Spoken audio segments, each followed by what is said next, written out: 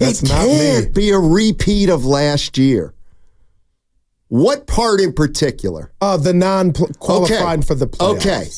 But, even if you won 49. Okay, but don't you think that they're going to be in the mix again? Just like your Giants are in the mix. So no matter what you're already assuming may be disappointment or glee at the end of the year. I'm hoping 5, 6, or even I'll take 7 to avoid the. All right, first 20 games, they're 11-9. They're 7th in the West. What are we doing? We're going to keep playing because we got new guys. And see what we need. Okay. And maybe now after 40 games, we're 23-18. We're on a 46-win pace, and we're still 7th. Okay, what are we going to do? I mean, we're still looking for trades. Yeah. Still looking. Oh, no doubt. And we got the guy. We got the contracts. Now we're 60 games in, and we're 36-24. We're 12 games over. Oh, man, let's go. Okay. And we finish up the season 47-35, which is good enough for 6th in the West this year. Johnny, I take it. And we got a series. Well, like in a crazy way. That's better than last year. Well, okay. In a crazy way, it was the same as last year. And so that's kind of like, I would brace for a team whose goal is to make it to the top 6, but they've got work to do to get there. No, I'm totally. And like, I'm sorry, Goo. I'm sorry. No, I'm interrupting you. But I do this too. It's like, I assume, well, what if they get off to a 6-16 start? Well, what if they don't? What if they get off to a 16-11 start? Well, there's an inner clock going named Steph Curry. That is what, I know you don't like to hear it, but that's what all this is about. At what point does he, if it got to that, good God, let's hope you're wrong, Steiny. That's what this is about. How was he feeling? And that's why I keep saying it might get to the point to where there's no hard feelings. It's like, dude, I can't, this is not how I saw the end. If we're not even qualifying for the playoffs or we missed the play-in. But you may not, he may not, that'll be a question for the end of the year, I think. Because or even at the deadline, what are they at the deadline? Are they going to go for something? If they're 7th at the deadline, they're not trading Steph Curry. Oh, no, I would be they're trying to add. Exactly. Okay. So, like, that's kind of what I'm saying is, okay, let's say we're worried about Steph Curry and his mentals. Yeah, that everything. Okay, well, because it's already started with this team's going to be competitive. That soundbite to Sam. This team's going to be competitive. All right. I think, and he probably does too. They won 44 2 years ago, 46. Right. I like the moves they made. He's like now he's watched. I'm just looking at it from a positive point of view. Who's he now? He's seen the last 3 or 4 years just because of the way the league's gone with the play-in. Dallas has gotten there as a 5.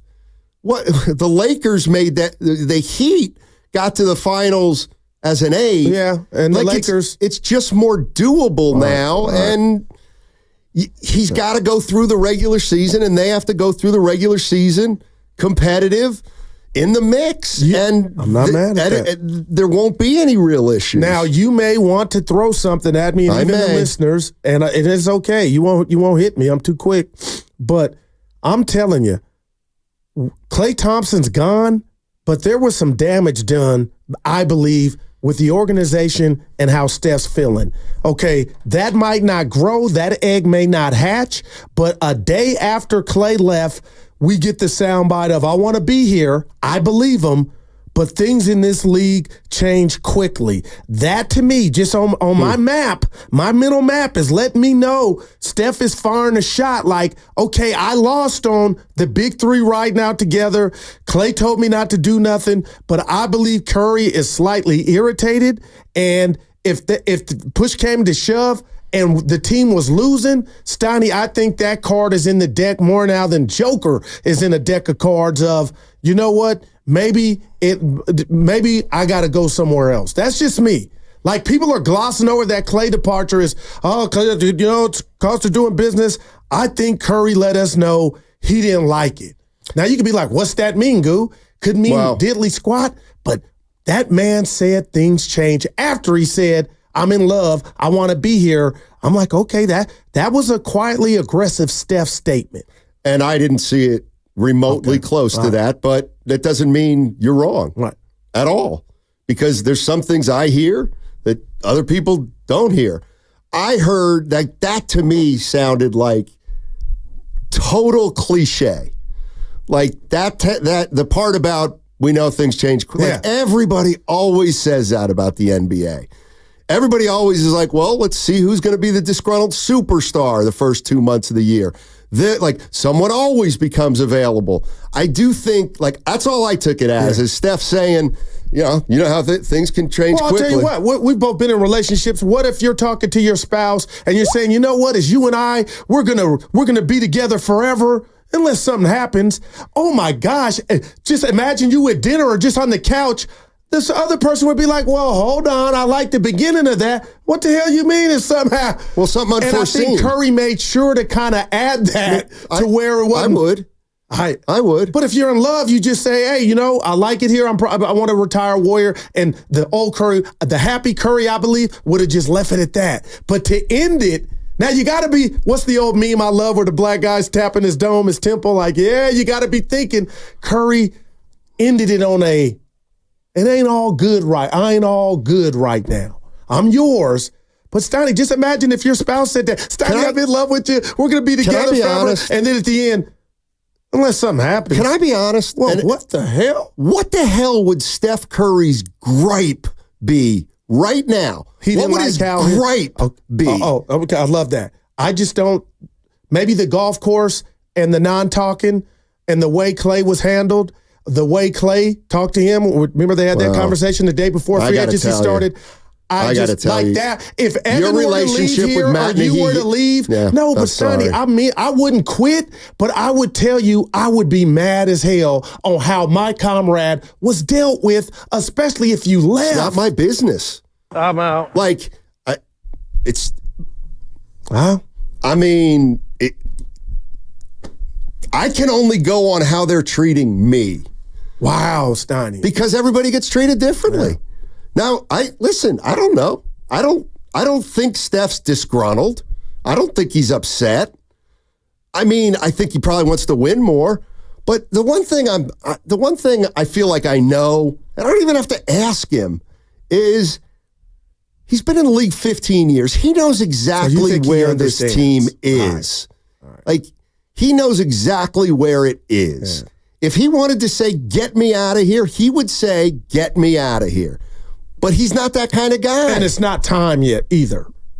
Not according to him. And that's why they were all in, I keep saying that, on Paul George to get him immediate help that they think or feel would help him. See, I think the opportunity, I think it's very possible that you get Paul George and you include all the stuff you include, and now you can't get these three guys. But Curry has no beef then. It's like, you better shut up. He doesn't have a beef now. What's his beef? That's what I mean. Yeah. What's his gripe? That we didn't get Paul George? Or that can't be a gripe. No, you had an offseason just to get the team more impactful help, because right now you got me running with a lot of would-ofs or hopes. And that's where, I think that's where, in your own way, my way, you think Steph's an idiot. In your own way, because you're acting like Steph went into the offseason saying, you better turn this thing around immediately. Well, he knows the situation can't be turned down or turned around in 1 year. Like, he's smart enough to know that. Well, again, without predicting the future, Steiny, Paul George makes this team a lot better. That's what you think. But the Warriors did too, and that's why they were in on it. Now, if you come back and say, Goo, do we really know how deep they were in it? No, we don't, but it looks good. Well, and if I'm Curry, that looks good, and the Clippers didn't want to play ball, hey, you did all you could. Now Lauri Markkanen's out there. Is he better than Paul George? No, but could he help us?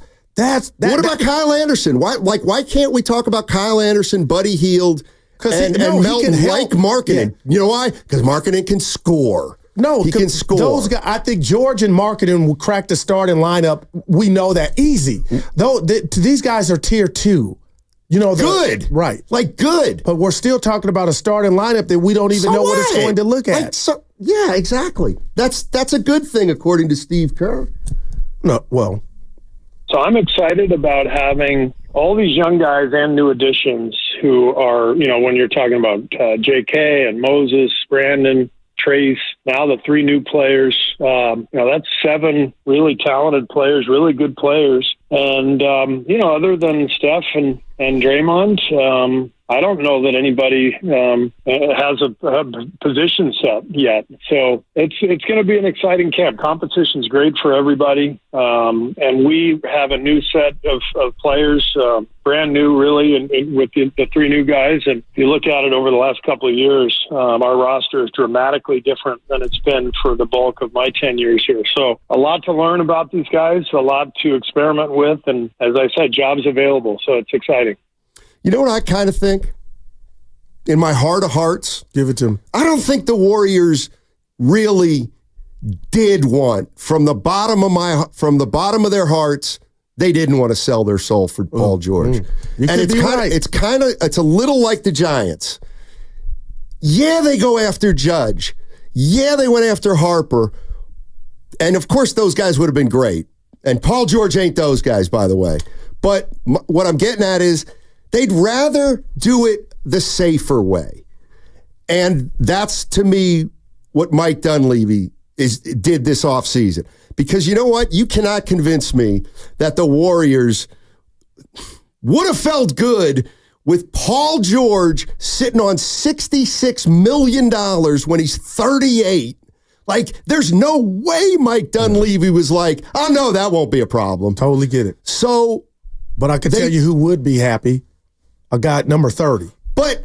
So you're right. I give that. In the but you context almost of throw it back to me like I kind of agree with you too. It's like 2 different agendas, and you're right. It ain't the Golden State Currys. You are right, and I hate when you throw that at me because I'm just telling you what time it is, Steiny, and they're trying, I believe, to appease their superstar. Well, if you believe Draymond Green, the Clippers effed up the Paul George situation. Because Draymond is saying now they were never really going to do it. They didn't really want to do it. Oh, I missed that. They didn't want to trade in their own division. They didn't really want to do it. And I'll bet the Warriors are like, okay, we'll wink, wink, wink. No doubt. Act like we really are trying. But I don't. It's like nobody can tell me that in a vacuum where the Warriors are right now in their dynasty that it made sense to go get Paul George. It just didn't. And as a fan, I can back you up and say I totally get how you think that. I totally do. Yeah. But you do understand what's the old adage, Steiny? You're trying to appease. There's different agendas. Remember we talked about the disease of me? Quietly behind closed doors, Joe Lacob is thinking about something and Curry's thinking about something else. But what I'm saying is, like, Curry has no gripe right now. What could his gripe be? Oh, we didn't get Paul George. We tried. We tried. What do you want? Yeah. One of the reasons we're struggling right now, Steph, is because of our payroll. Because that's what happens after a dynasty. And that's where I do think Steph's smarter than we give him credit for. I don't think it's as simple as, well, if we start 0-10, Steph's going to be like, get me out of here. No, I'm not preaching that either. It's the big picture. All right, 888-957-9570 is the number. Boy, we're batting around some real good stuff today about the Golden State Warriors, at least as far as I'm concerned. I can see a runway to them being better next year with the moves they've made. And one of the reasons I feel more strongly about that today than I did, let's say, yesterday is because I heard some stuff that Steve Kerr said yesterday, which we're going to get into, and I'm going to use as a little bit of ammunition. All right. Antonio is in Oakland. Hey. What's up, hey? Man, we always hear about how these athletes, they're so sad, they're heartbroken, they're mad at the organization. Man, I don't feel bad for none of these millionaire athletes, man. At the end of the day, I don't even feel that Steph is angry at the organization. It's a business move. Klay got to have self-awareness. Klay's not a max player anymore. I wish she'd have stayed, but at the end of the day, the Warriors got 4 titles, man, with Steph. So it's like, Steph knows he got, 1 ring away from number 5 to thumb, and it could happen. You never know what could happen. Because with one trade, just like the Dallas Mavericks, they weren't even in the playoff hunt before they got, the 2 guys at the trading deadline. And next thing you know, they're in the finals. So it can happen with the Warriors too. And I'm always confident, man. So at the end of the day, Steph's one of the most high character people ever, man. Like he's the only Team USA player that actually stood outside in hot weather, signed autographs. I saw that. That dude's like high character. No doubt. So I'm just saying, y'all. No, good stuff, eh? And I'm with you. I'm with you. Like if the idea that, I guess what I'm saying is I know the fear is, well, what about Steph? Well, what about Steph? What if Steph? It's like, okay, I'm looking at where the Warriors are right now. I don't think he has a gripe. He might have a gripe halfway through the season. It might not work out. That I get. But he's got to, like, if he's got a gripe, it's got to be with, damn, I can't believe Klay left. Well, let me ask you this. Or damn, Draymond really messed up. He should be mad at Draymond and Klay more than anybody else, I would think. Yeah, or if he's looking at, like I alluded to earlier, if he's looking at how the Klay situation was handled, and in his mind, he blames the organization more so than Klay, you know? Well, he called it a fair offer. Steph Curry called $48 million for 2 years a fair offer for Klay. Let me ask Matt Steinmetz this right now on a Thursday. Yeah. Are the Warriors closer to a championship or closer to rebuilding in your estimation right now on this Thursday? I got my answer. And well, why you think about you? That's a good question. Yeah. Can't a man take a moment? It's a good question. Say it's a good question. This is radio. That's what the pause indicates. But the way Evan threw it like I'm dry. Hey, it's a great question. I let you down, but I'll answer why you think. Let me down? I want to give you my answer, and I'm going to shock you. I think it's closer to rebuilding. Okay, well, I'll say championship. Then. There's nobody to be mad at. It's the cost of the dynasty, but. That's why I feel like, and I hate to say this stuff, man. That's why I feel like more now than ever with Klay walking out. Okay, Klay he ain't Steph, but they're family. I mean, it just can be one of those parting ways to where both parties are, you know what, we had a good run. I love you, you love me. Good luck on your endeavors. And you part. That's where, without getting marketing or not getting Paul George, that's what it signals to me. No. Like, I'm not going to be mad if they can't qualify. Like, this is the boys' demand, Steiny. See, the Spurs haven't done this.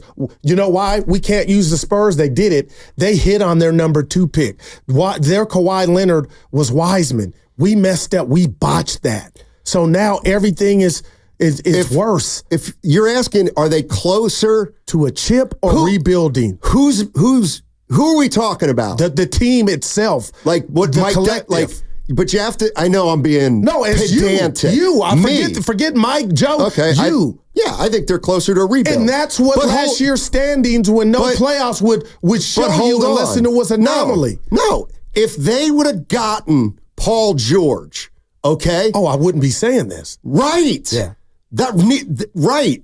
But so you're leaving that open. It could still somebody could come. I didn't want him to get Paul George, but if they got Paul George at that point, clearly they're closer to a championship all right. Because you know what? What you just did by acquiring Paul George, and that's why means you can't rebuild. I gotcha. Like that's great. That's the way I look at it. Like, how can you rebuild if? Yeah, or even think about rebuilding with Paul George. Yeah. And that's what I don't know if you caught Willard or Dibs yesterday, but I got to give Willard his credit, Steiny. He was like, I'm paraphrasing, when did we start romanticizing the word rebuild? And I was in my room just like, preach, like, you know, look at the Sixers, look at OKC until it start popping. Like, that doesn't necessarily, just because you do it, means, we're going to do it and it's going to be 1 or 2 years and we're right back. Unless you get lucky, a lot of times you could be stuck in the vortex and it could be decades worth. Yeah, that's